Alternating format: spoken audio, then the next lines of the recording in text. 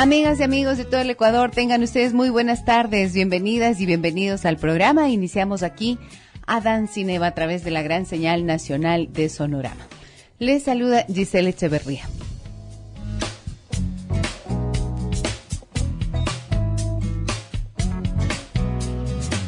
Mi saludo en esta tarde quiero que llegue hasta la costa ecuatoriana en las provincias de El Oro y Los Ríos, donde nuestra frecuencia es 101.1 para Babahoyo, Vinces, Ventanas, Quevedo, Machala, Santa Rosa, Pasaje y Puerto Bolívar.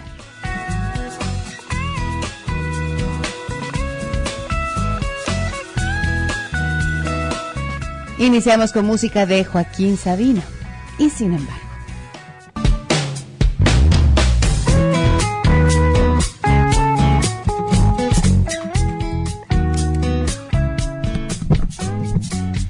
El municipio de Quito pone a su disposición 39 centros de desarrollo comunitario que cuentan con modernas instalaciones para que ustedes acudan con toda la familia. Es el espacio que los barrios del mejor lugar merecen.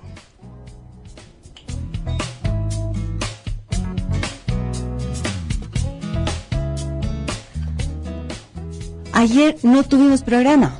¿Se dieron cuenta? Sí, no tuvimos programa porque hubo transmisión de fútbol. Mañana tampoco tendremos por la misma razón, así que le vamos a sacar el jugo al programa de hoy. El día martes tuvimos la suerte de tener aquí en el programa a dos especialistas que participan del segundo Congreso Mundial de Sexología, Educación, Arte y Espiritualidad que se lleva a cabo en la ciudad de Quito. Y hoy tengo la suerte de contar con dos más de estos especialistas invitados a este congreso. Les doy la más cordial bienvenida en este momento a la doctora Claudia Cruces. Ella es psicóloga clínica, especialista tecnóloga educativa parvularia, hipnoterapeuta. Es de origen chileno, radicada acá en el Ecuador. Buenas tardes, Claudia, bienvenida al programa. Hola, buenas tardes, muchas gracias. Y también le doy la bienvenida al doctor Carlos Alberto Salgado. Él es psicoterapeuta gestáltico y viene desde México. Muy buenas tardes, Carlos Alberto. Hola, ¿qué tal? Muy buenas tardes. Muchas gracias por invitarnos. Para mí es un gusto tenerlos aquí. Y bueno, les quiero contar a los amigos que nos escuchan en todo el país que estos dos especialistas son además estudiantes del máster de sexología que se lleva a cabo. Y quisiera que me cuenten un poquito cómo es que deciden tú, Claudia, por ejemplo, desde tu especialidad de psicología clínica, eres tecnóloga educativa parvularia. ¿Cómo es que decides optar por una maestría en sexología? El tema de la sexología es un tema que a mí, en lo personal, me apasiona, porque es la base de todas las conductas y de todo nuestro relacionamiento durante toda la vida. La sexualidad no solamente se entiende el hecho sexual, sino todo lo que nosotros hacemos, nuestros comportamientos, nuestras conductas, todo eso es sexualidad. Y siento una necesidad muy profunda de formarse profesionalmente para poder tener una acción que sea consecuente y que nos ayude realmente a ir creando conciencia y un conocimiento real de lo que es la sexualidad humana, en este caso, en todas sus edades, en todos los momentos del desarrollo, desde la infancia hasta la vejez, porque estamos muy lejos todavía de tener una sociedad completamente feliz cuando hablamos de relaciones sexuales, cuando hablamos de nuestro cuerpo. Hemos superado muchas cosas, pero todavía falta mucho. Uh-huh. Hay mucha ignorancia en el tema y eso principalmente es lo que me movió a buscar una maestría en sexología. Ahora, con Claudia vamos a ir explorando durante esta conversación lo relacionado con la educación sexual de los niños. ¿Qué es lo que los padres, los adultos necesitamos saber, necesitamos conocer para educar apropiadamente en sexualidad a los niños? Carlos Alberto Salgado, que viene desde México, psicoterapeuta gestalt, te hago la misma pregunta. Bueno, primero, ¿qué es esto de psicoterapia gestalt para que todos los oyentes estén al tanto de lo que se trata? Muchas gracias. Gestalt viene de la corriente humanista y esto comenzó por Fritz Perls. Bueno, en Alemania comenzó con psicología gestalt. Después, al hacerse una corriente humanista como es psicoterapia gestalt, pone el énfasis en el darse cuenta. Entonces, en este darse cuenta, que nos dividimos y ponemos también la atención en el fondo y en la figura. O sea, lo que nos hace figura es aquello que le ponemos atención y lo demás lo mandamos al fondo. Eso es realmente lo que es Gestalt. Es esta corriente humanista donde el otro es el que nos interesa, el otro es el que nosotros nos espejeamos. Yo soy quien soy a través del otro, me identifico a través del otro, y eso es muy importante. La palabra Gestalt, ¿qué significa? Fondo figura. Fondo figura. No tiene una traducción exacta, pero es fondo figura. ¿Y cómo es que tú decides, siendo terapeuta Gestalt, iniciar estos estudios, esta formación en sexología, en sexualidad? Resulta que estoy en Puebla y bueno, andaba buscando algo diferente. Si bien en México lo hay, pues no así como un reconocimiento. Bueno, entonces me pongo a indagar. Y mi inquietud personal nace de ver cómo en el consultorio la mayoría de los problemas que traen mis pacientes, atrás de lo que dicen, hay un tinte sexual, dentro de su sexualidad. De esta parte, como al ser reprimida, entonces sale a través de otra conducta. Pero por ejemplo, una persona llega al consultorio y viene diciendo que resulta que no entiende por qué cada vez que tiene una pareja necesita de otro. Y entonces, bueno, vamos a ver, ¿y qué es lo que necesitas que te dé el otro, no? Y pues bueno, que por si el otro me abandona, como futureando y adelantándose a algo que hiciera. Bueno, a través del desarrollo de las sesiones se va descubriendo que lo que los une en realidad es cómo ejercer su sexualidad. Si bien como hombre yo puedo tener dos y no hay ningún problema, pero sabemos que si una mujer tiene dos, tiene una etiqueta a nivel social. Entonces, esos condicionamientos sociales a veces no le permiten, por ejemplo, en una mujer, en este caso, esto. Otro caso es que llega un chico y viene diciendo que no entiende por qué, pero en cada relación que él aborda, resulta que él acaba entregándose mucho y ellas no. Bueno, empezamos a explorar y resulta que lo que él no se había atrevido a reconocer es su preferencia por los hombres. Es decir, tú has ido a través de distintos casos, de distintos pacientes que llegan a tu consulta, identificar que hay un aspecto de su vida sexual, de su sexualidad o de su relación con su propia sexualidad que de alguna manera está reprimido, y por allí te llama la atención entender qué es y cómo funciona la sexualidad humana para poder al mismo tiempo abordar a este sujeto de manera integral. Eso es lo que entiendo. Exactamente. Ok, muy bien. Ahora bien, con Carlos Alberto, les cuento, vamos a explorar en cambio el tema de la educación sexual para los adolescentes, y sobre todo me parece muy importante que él ha estado haciendo él ha investigado mucho sobre la pornografía y sobre la prostitución que circula en medios de comunicación. Esto hablamos el día martes con el doctor Manuel Lucas, y entonces exploramos también un poco ese tema, y me importa muchísimo porque es de gran vigencia, de gran actualidad. Entonces quiero empezar con Claudia.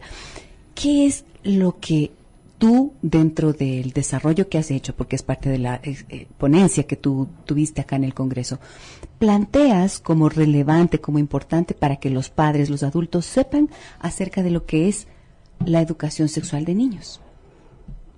En el tema, en realidad estamos todos aprendiendo, todavía hay mucho que investigar. Eso es una de las razones de esta maestría, de poder generar un estudio científico sobre las conductas en todos los sujetos que hacemos parte de esta humanidad. En el caso de los niños, es muy importante que tengamos en cuenta que nosotros somos sexuales desde que nacemos.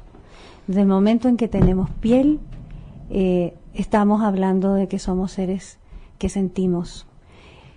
Los niños necesitan del contacto físico, necesitan del abrazo de una manera preponderante. ¿Sí?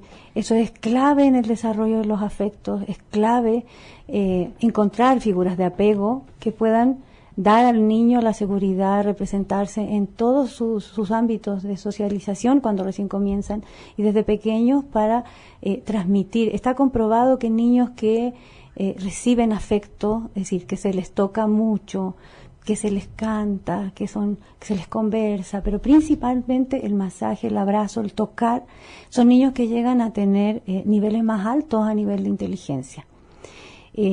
¿Por qué digo esto? Porque hay una creencia popular muy muy fuerte de que a los niños no hay que acostumbrarlos a los brazos, que si un niño llora hay que dejarlo en la cuna porque ya al tercer día ya no llora más.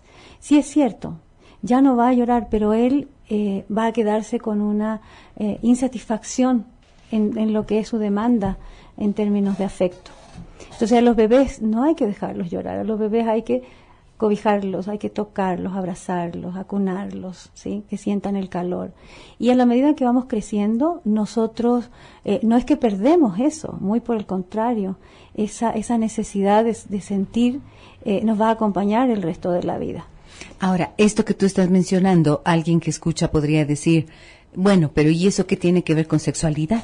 Sí, yo abrazo al bebé, no dejo que llore, lo cargo, le doy masajes, lo acaricio, le digo que le quiero, hablo con él todo el tiempo, pero ¿y eso qué tiene que ver con la sexualidad? Exactamente, qué buena tu pregunta, porque si hay una cosa que nosotros tenemos que descubrir, o entender, más bien dicho, aprender, es que no, la sexualidad no está limitada a la palabra sexo. Es decir, es la base de nuestro sexo, va a comenzar acá. Porque en la medida en que nosotros, ¿qué vamos a hacer cuando tenemos relaciones sexuales? ¿Qué es lo que buscamos? Buscamos contacto, nos encontramos con el otro, ¿sí? Entonces, ¿qué tiene que ver con sexualidad? Tiene que ver absolutamente todo. Si tú partes, por ejemplo, de un niño, los niños tienen una encantadora sonrisa. Esa es una de las primeras manifestaciones que ellos van a tener para cautivar al otro, para atraerlo. Cuando eso no es, digamos, satisfecho, en una forma correcta, ese niño va a usar otro mecanismo que es el llanto. Y él se va a dar cuenta que llorando puede adquirir también la misma atención que puede adquirir a través en vez de una sonrisa, entonces lo hace llorando. Este niño, cuando crezca, entonces va a satisfacer sus necesidades afectivas, no por una vía, digámoslo así, más sana, que sería la sonrisa, las cosas positivas, sino también a través del llanto. Y eso se va a conectar con una carencia en términos de afecto, que cuando sea grande él va a demandar justamente la atención o esto que quiere a través de cosas como el llanto, ¿sí? Es decir, es la búsqueda negativa, de alguna manera, de la atención, pero de forma negativa, ¿no es cierto? Entonces hoy día tú ves que hay muchos niños que... Bueno, esa fue una de las cosas que yo coloqué en la conferencia que a mí me tocó, de plantearnos realmente frente a qué infancia estábamos, ¿ya? ¿Es la infancia de hoy día igual a la infancia de hace 30, 50 años atrás?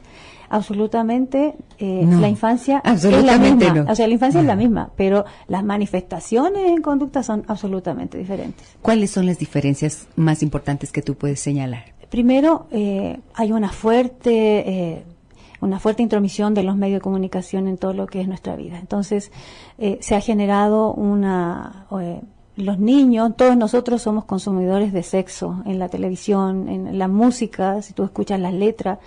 Entonces nosotros consumimos este sexo indiscriminado, esta erótica indiscriminada, este erotismo que es indiscriminado, porque una persona adulta ve a la muchacha bonita bailando en la televisión, la ve desde su perspectiva de adulto, pero un niño no.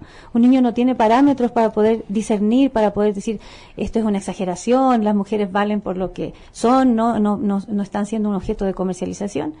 El sexo no tiene que ver solamente con un encuentro de cuerpos nada más, sino que es un intercambio de almas también, si lo pudiéramos definir de alguna manera. Entonces, es una cadena. Pero ¿sí? Lo que se promueve en los medios efectivamente es sexo, es genitalidad, como habíamos hablado con el doctor Lucas, no es sexualidad. No es amor. Que la sexualidad involucra estas otras dimensiones, ¿no es cierto? Claro. El ser humano integral. Y que está acompañado de valores. O sea, no hay por qué pensar que una persona que sea madura en términos de aprendizaje en lo sexual sea una persona sea sinónimo de libertad, sino que es absolutamente lo contrario. Cuando tú tienes conocimiento, cuando tú sabes las cosas, tienes más posibilidades de poder decidir qué es lo que tú quieres y elegir, pero desde el saber, no desde la ignorancia. Muy bien, entonces esa es una de las principales, uno de los principales diferencias, decías tú. Uh-huh. Ahora hay en la infancia, sí, claro, los niños, los seres humanos seguimos evolucionando de la misma manera que siempre, pero hay una sociedad que ha cambiado uh-huh. y que tiene como institución bien importante y que influye de manera bien notable uh-huh. precisamente los medios de comunicación. Ok, si es que esto es así, ¿cuáles han sido los efectos desde tu perspectiva, Claudia? Hoy día es súper fácil ver los efectos que hay. O sea, tenemos niños altamente erotizados, con conductas sexuales notorias. ¿Puedes dar un ejemplo? Por ejemplo, la masturbación en un jardín infantil. O sea, es algo que no debe asustarnos porque es una conducta sexual, pero no desde la comprensión del adulto, sino es un intento de acercarse hacia el cuerpo que siente. Eso no es malo, ¿sí? Muchos papás cuando ven a sus niños masturbándose se asustan y dicen qué pasó, qué vio, qué le hicieron, enseguida pensamos en abuso sexual, pero no es por ahí, es simplemente el niño descubrió que tenía una zona erógena que cuando sea adulto va a ser la zona que va a permitir el encuentro genital, pero ahí que está el problema. Porque los adultos hemos reducido nuestra sexualidad, la hemos reducido a genitales y no es por ahí. O sea, nosotros tenemos que entender que tenemos un órgano sexual que empieza en la frente desde el cabello hasta los pies, hasta la punta de los pies, y que puede ser altamente satisfactorio si es que nosotros lo empezamos a explorar desde pequeño sin miedo. Ahora, si es que hay la masturbación en esta etapa de la vida, si son párvulos, ¿no es cierto? Uh-huh. Y la masturbación es natural, está bien, es deseable que así ocurra, uh-huh. inclusive. ¿Dónde queda la influencia de los medios? ¿Cómo así eso tiene que ser entonces producto de una sociedad altamente erotizada, que lo podemos reconocer, pero ¿cómo así eso crees tú que es una manifestación de aquello? Por ejemplo, te cuento, yo tengo una hija, tiene 6 años, cuando ella tenía 4 años, me dijo un día, mamá, a mí me encanta me gusta hacer el amor, ¿cierto?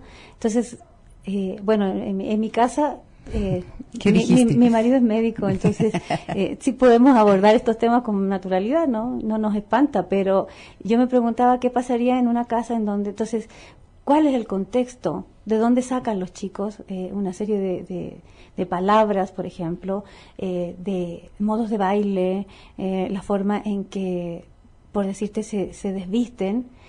Tú ves que hay movimientos que son súper sensuales, ¿no? Ellos no tienen ni idea de lo que están haciendo, pero están repitiendo lo que ven en la televisión. Ellos no están cuestionando, ay, esto es erótico, no lo es, pero lo es. O sea, tú, por ejemplo, ves en el internet chicas que comparten sus Facebook y que colocan fotos desde su cabeza, lo ven como algo súper natural, súper normal, sacan la lengua, claro, tienen mirada seductora, muestran el pecho, ponen en primer plano el escote o las nalgas, se ponen unos chores mínimos para incitar que están bonitas, pero entonces tú dices, pero ¿por qué la única manera en que estamos llegando a un punto en que hemos reducido tanto la parte sexual, se está transformando simplemente nada más que en un cuerpo que se muestra? Pero ¿y dónde están los afectos? ¿Dónde están los compromisos? ¿Dónde están los valores que acompañan ese crecimiento?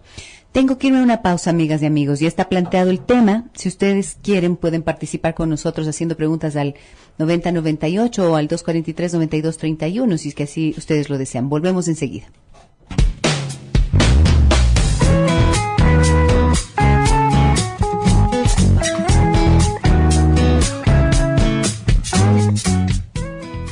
Tres de la tarde con 42 minutos. Nuestros invitados en esta tarde son la doctora Claudia Cruces y el doctor Carlos Alberto Salgado. Hablamos con ellos acerca de lo que ustedes han podido escuchar en la primera parte, estos temas tan complejos que tienen que ver con la sexualidad, el comportamiento sexual. Y algo que ahora me alegra mucho que se esté ya hablando, porque es un tema que a mí particularmente me interesa harto, que es esta influencia de los medios de comunicación. Carlos Alberto, tú has estado investigando, en cambio, la influencia del Internet en la prostitución. Explícanos un poco cómo es esto. Mira, como te repetía, como mi enfoque es más humanista, creo que debemos partir de lo que decía Claudia. Si yo, como adulto, mi entorno familiar, voy a sentar las bases de afecto, protección, cariño, respaldo, seguridad, creo que el niño, cuando da su paso para ser adolescente, lleva las herramientas y recursos necesarios para poder discernir qué le llama la atención, qué sí es desechable y qué no es desechable. ¿Qué pasa? Que, bueno, esto es como algo ideal. O sea, tal vez sí está sucediendo a nivel familiar, pero no podemos olvidar que los medios de comunicación juegan un papel muy importante. Ejercen una influencia que es innegable, claro. Innegable. Entonces, ahí, ¿qué pasa? Que en esta sociedad en la que vivimos, donde ahora papá y mamá trabajan, a veces esta parte de darle todos estos elementos a un niño se olvida. Y entonces el niño se educa a través de la televisión, de internet. ¿Qué sucede? Si tal vez el niño, cuando empieza a ver esto, no es una necesidad ni nada de eso, sí, como tú y yo bien sabemos, se queda grabado. Y después se repite ese comportamiento.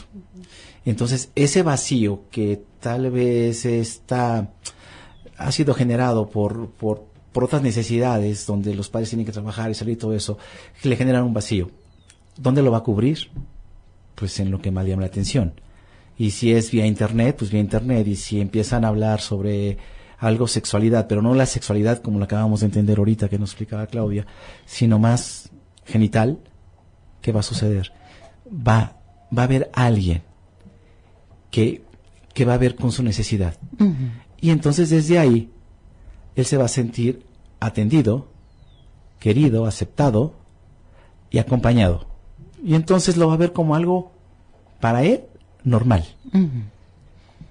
Si habláramos qué es normal y qué es no normal, híjole, ahí sí a mí me cuesta mucho trabajo. Yo creo que no hay nada bueno ni hay nada malo. Las cosas ahí están. ¿Qué sucede? Que cuando esta conducta yo hago daño a terceros o me está cambiando mi forma de interactuar, es que entonces es donde me puedo empezar a dar cuenta que ya que sí me ha afectado estar en estar haciendo esto que antes lo veía tal vez como inocente, ¿no? Esto a mí me parece bien importante porque me recuerda algo que dice Teresa Moratalla, una terapeuta sistémica española, en una investigación que ella hace sobre adolescentes que tienen una enorme cantidad, un número ilimitado prácticamente de contactos en Facebook, por ejemplo, en las redes sociales. Ella dice, se refiere a estos jóvenes como adolescentes frágiles. Y justamente alude a esto que tú acabas de mencionar, Carlos Alberto, que es una fragilidad emocional producto de esta ausencia, de esta realidad dura que es prácticamente vivida por los chicos como un abandono, ¿no es cierto? Un abandono emocional. Porque sí es cierto que hoy tenemos circunstancias complicadas, de tiempos más extendidos, de distancias, hasta de tráfico, ¿no es cierto?, que nos impiden tener más contacto con los hijos, pero eso no quiere decir que no haya espacio. Siempre hay un tiempito para la palabra, para el contacto, para el abrazo, para el afecto, para la ternura, para la presencia emocional, porque muchas veces incluso padres que pueden estar allí físicamente presentes, pero con su cabeza y con su alma están en otro planeta, y entonces esos vacíos van quedando, y ahí es en donde estos jóvenes entonces se vuelven vulnerables, estos niños se vuelven vulnerables. Y si a eso le sumamos la ausencia de educación sexual, y si a eso le sumamos que en la red, por ejemplo, en Internet, hay un montón de depredadores, entonces estamos haciendo bingo, ¿no es cierto? Porque estamos como poniendo a nuestros niños, a nuestros adolescentes, dejando en manos de esos mensajes erotizantes, con esa fragilidad emocional y con todos los riesgos que existen sin una adecuada educación sexual, creo que es un cóctel bien peligroso. ¿Cómo lo ven ustedes? Sí, sin duda que es así como tú lo planteas. Pero yo estaba pensando al rato que te oía, ¿cómo sería esta misma realidad si nosotros tuviéramos realmente un conocimiento, no solamente los especialistas, las personas que van a tratar patologías, qué sé yo, problemas, sino el general de la gente? Todo el mundo pudiera lidiar con su sexualidad de una manera más sana, como que fuera lo normal, no como este tema tan todavía espeluznante para muchos, desconocido para otros, en donde planteamos que llegamos a una vida adulta prácticamente en estado de ignorancia y que vamos llegando a los estadios de desarrollo, qué sé yo. Si empezáramos desde pequeños a enseñar, así como decimos que este es el pelito, esta es la manito, este es tu pene, esta es tu vagina, estos son tus labios por la carita. Cuando describimos el cuerpo lo hablamos con absoluta normalidad. Decimos, oye, cuídate los ojos, no te vayas a meter un lápiz, no se te va a meter el polvo. Uno siente que este ojo tengo que cuidarlo, porque tengo 2 ojitos y cada uno es valiosísimo. Pero ese valor de cuidarlo no está conectado desde la infancia. Nosotros empezamos a tratar de enseñar eso, tratamos de colocarlo como que fuera como te dijera, cuando llegan a la adolescencia queremos que no se embaracen, tenemos miedo de que se contagien con enfermedades, pero es como que ahí recién apareció la parte sexual, no ha sido incorporada en el desarrollo de los niños. Claro. Entonces, si yo aprendo desde pequeño que esto es mío, que esto lo tengo que cuidar, que esto tiene una función que en un momento va a venir. Que tiene un nombre, que no es el gran innombrable. Exactamente, porque tú ves que es fácil el pollito, la pollita, la palomita, el etcétera. Pajarito. Es súper fácil hablar así. ¿Cómo dicen en México? Igual, más o menos son los mismos, sí, nombres. tu cosita, o sea... Los innombrables, ¿no? Sí, los innombrables. Entonces tú te das cuenta que eso denota que detrás hay una gran dificultad de hablar de la parte sexual con naturalidad. Entonces tú bajas mucho la ansiedad del niño en la edad que sean, cuando tú hablas desde la seguridad de que esto es así. De que es natural, que claro. Es natural. Y esto suele ser un poco chocante para los padres, ¿no es cierto? Porque dicen, pero ¿cómo le voy a decir eso? Porque el gran temor que suele haber es, les vamos a abrir los ojos. Exacto. Y entonces van a ser unos adelantadotes. Porque claro, pero si ahora mismo, ya viendo todo lo que ven en la televisión, se comportan así, entonces el momento en que uno les dice algo peor, los vamos a estimular. ¿Qué piensas de eso, Carlos Alberto? Mira, yo lo que veo aquí es que no podemos dejar de lado que esos padres vienen también repitiendo un patrón. Claro, claro. Entonces, provenimos de esa cultura. Si yo desde mi enfoque me voy a estar regresando para buscar al gran culpable, me voy a quedar mucho tiempo atrás. Creo que esto que se está haciendo, por ejemplo, aquí en Ecuador, como este congreso, como lo que se está haciendo desde cada uno, desde su trinchera, podemos ayudar a que más adelante este concepto vaya cambiando, que yo creo que es la gran tarea. Hablábamos del Internet, no podemos satanizarlo. No, desde luego, es una fuente maravillosa, es un avance tecnológico sin duda. Lo que sí podemos hacer es que estos padres que hablamos, que tal vez todavía no se atreven a hablar porque, como tú dices, les pueden abrir los ojos. ¿Qué pasa? La siguiente generación va a traer un chip diferente, es más, ya lo trae diferente. ¿Sí? Yo creo que siempre nunca se va a poder convivir como si fuera algo idealista del bien, ¿no? El mal no existe, sino más bien la ausencia del bien. ¿Qué va a suceder? Si poco a poco, con estos programas, con todo esto, vamos a ir permeando socialmente, y los medios de comunicación como el que tú representas, donde estás informando, no desinformando, ¿qué va a suceder? Vamos a poder ir viendo cómo crece en los adolescentes algo muy esencial. Nadie encuentra lo que no busca. Si yo busco información, voy a la red y encuentro información. Si busco desinformación, voy a encontrar desinformación. A mí no me gusta mucho quedarme con esta parte siempre como verlo, la parte negativa. No me gusta mucho la parte. Sí sé que está, O sea, no le temo porque esté. Pero esto funciona así. Si la parte negativa está bastante desarrollada, yo lo que no puedo hacer es desaparecer la parte negativa, sino más bien quiere decir que la parte positiva, por llamarlo así, está en un nivel muy bajo. Entonces lo que tengo que hacer es que crezca esa parte positiva. Sí, para que se iguale. Y ya desde mi ser yo voy a decidir hacia dónde me voy. ¿Qué puede pasar? Hay personas que ven la prostitución o ven videos o ven pornográficos como una parte de su relación, ¿sí? Claro, hay que saber, hay eróticos, también hay términos ahí, ¿no? Pero como tú bien dices, un papá también se puede dar hoy actualmente, ahorita tal vez nos están escuchando, no sé cuántos, me dijeron que era el programa número 1, todos nos están escuchando. Y entonces saben que desde su trinchera pueden hacer algo. ¿Cómo podrían comenzar? Podrían comenzar por, en lugar de contestar lo que les pregunta, indagar qué es lo que me preguntas. Si yo llego y me dices, ¿qué es una relación sexual? ¿Qué es el coito? Cualquier palabra, primero preguntarte, ¿tú qué entiendes por eso? Porque con eso yo voy a saber qué conoces. Si no lo hago así, te voy a contestar desde mi parte adulta, que como decíamos, yo veo una escena que interpreto erótica, y puede que él no la vea como erótica. Yo le podría preguntar, ¿y tú qué ves? Y él me diga, pues 2 personas abrazándose. Si yo le pregunto a él, si yo se lo explico, le voy a decir, no hombre, esto es inmoral. Velos, ya se están cachondeando, como se dice en Pues ya le estoy metiendo algo, le estoy dando algo que él no tenía. Mi interpretación de adulto. Ahora, esto me hace pensar en que si necesitamos hacer que crezca el bien, quiere decir que crezca también la capacidad de discriminar los contenidos, ¿no es cierto? Y por lo tanto, para eso se requiere una educación que tiene que partir necesariamente de tener el acceso a una información válida, científica.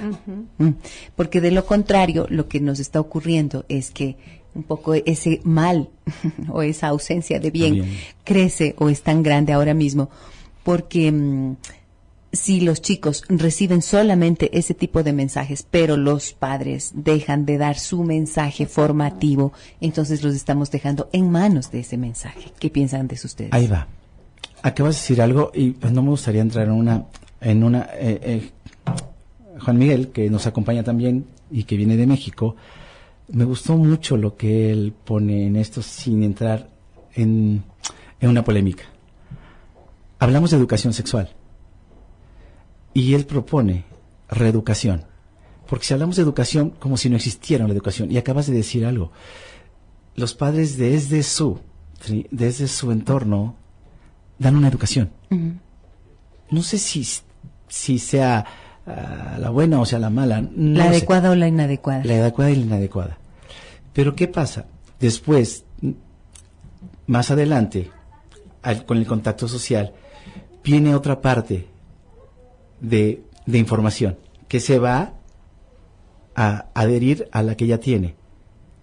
¿Qué sucede cuando vamos a reeducar sexualmente? Ahora sí, de esta información científica y todo eso. Vamos a reeducar y vamos a quitar lo que sea asimilado mal o interpretado mal, dándole ahora sí una información diferente. Es quitándole los lentes con lo que tenía y viéndolo desde otro punto de vista. ¿Tú qué piensas de eso, Claudia? Yo creo que hay que buscar la información correcta. O sea, yo una de las cosas que planteé en la conferencia es que nosotros no podemos pretender llegar a los niños sin antes haber pasado por nosotros mismos. Es decir, yo puedo leerme el manual de no sé qué, buscar en el internet y lo tengo claro en conocimiento, pero no lo he pasado a la vida. Entonces, cuando yo voy a hablar cualquier cosa con un niño, en este caso, primero tengo que planteármelo yo. Es decir, ¿desde dónde le voy a hablar a este niño? ¿Desde dónde le voy a decir si esto es bueno o malo? Tiene que pasar primero por mí, por mi experiencia personal. ¿Cómo estoy yo frente a mi sexualidad? ¿Qué es lo que a mí me cuesta? ¿Qué es lo que a mí me gusta? ¿Por qué tengo miedo de reconocer mi propia sexualidad? si esto es sano, si esto es bueno, si esto es una parte de la vida absolutamente normal. No satanizar el sexo como que fuera una cosa terriblemente mala, reconociendo que en las diferentes etapas de la vida vamos a tener expresiones de energía sexual diferente, que en la infancia es de una manera, que en la adolescencia es otra, que de joven es otra, y que en la vida adulta también existe, porque esa es otra parte que parece que la sexualidad se murió. Llegaste después de los 50 años, ya vamos a los 65 y simplemente desaparece todo eso. Y vemos a una persona, unos viejitos abrazándose y decimos, qué asco. O sea, estos viejos son, qué asco, ¿no? Cuando no podemos reconocer que esos señores se están amando y que están respondiendo a una necesidad también de piel. Eso me parece que lo que hace es invitarnos a reflexionar y a cuestionar sobre todo, ¿no es cierto? Esos estereotipos, esas fórmulas que nos dicta la sociedad, que aparentemente es la gran verdad hacia donde hay que tender. Sí, hay que ser joven, guapo, lindo, flaco, y ahí sí entonces voy a tener una vida sexual buena, ¿no? Y hay que tener implantes por delante, por detrás, por arriba, por abajo, o sea, ahí sí. Mientras que en realidad lo que se trata es de reconocernos como seres humanos, seres sexuados, y que esto forma parte de esta integralidad. Yo te diría, te invitaría a agregarle a esta definición que hiciste, que nosotros somos seres sexuales, ¿sí? Eróticos, ¿sí? Y sexuados. Es decir, las tres instancias, porque no solamente tenemos genitales, somos sexuados, sexuales y eróticos. Eróticos, es decir, sensuales también. Carlos Alberto, algo que quieras añadir brevemente porque ya se nos acabó el tiempo. No, pues agradecerte y tu invitación, el que este tema sea interés, sobre todo en la estación número 1, y felicitarte por tu gran capacidad de claridad también que tienes para este tema. Muchísimas gracias, Carlos Alberto, a ti por acompañarnos. Claudia, gracias por estar acá y espero contar contigo ya que tú no te vas del país. Encantada. Muchas gracias. Que tengas un buen retorno a México. Muchísimas gracias. Gracias, amigas y amigos, a ustedes por acompañarnos en Adán Cineva. El próximo día lunes nos veremos nuevamente a través de la gran señal nacional de Sonorama. Que tengan un buen fin de semana. Soy Gisela Echeverría. Hasta el lunes. Soy Gisela Echeverría. Hasta el lunes. Soy Gisela Echeverría. Hasta el lunes. Soy Gisela Echeverría. Hasta el lunes. Soy Gisela Echeverría.